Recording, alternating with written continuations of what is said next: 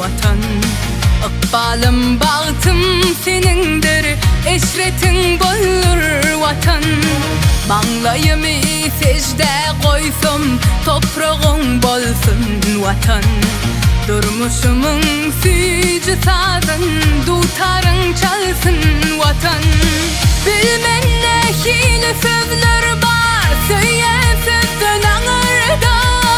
Diyecek günümün mertebe, gün var bolsa ömürde.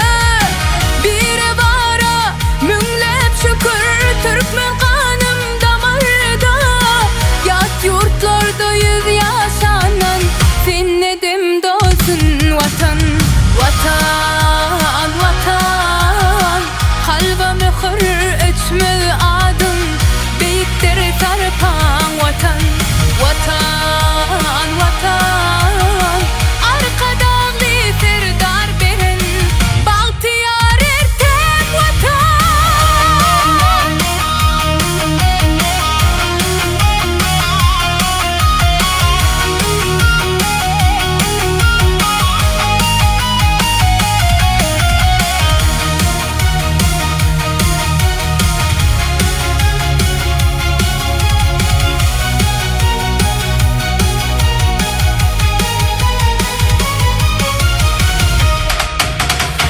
Karalığın ziyadeyler, yün keçen düşeceğe.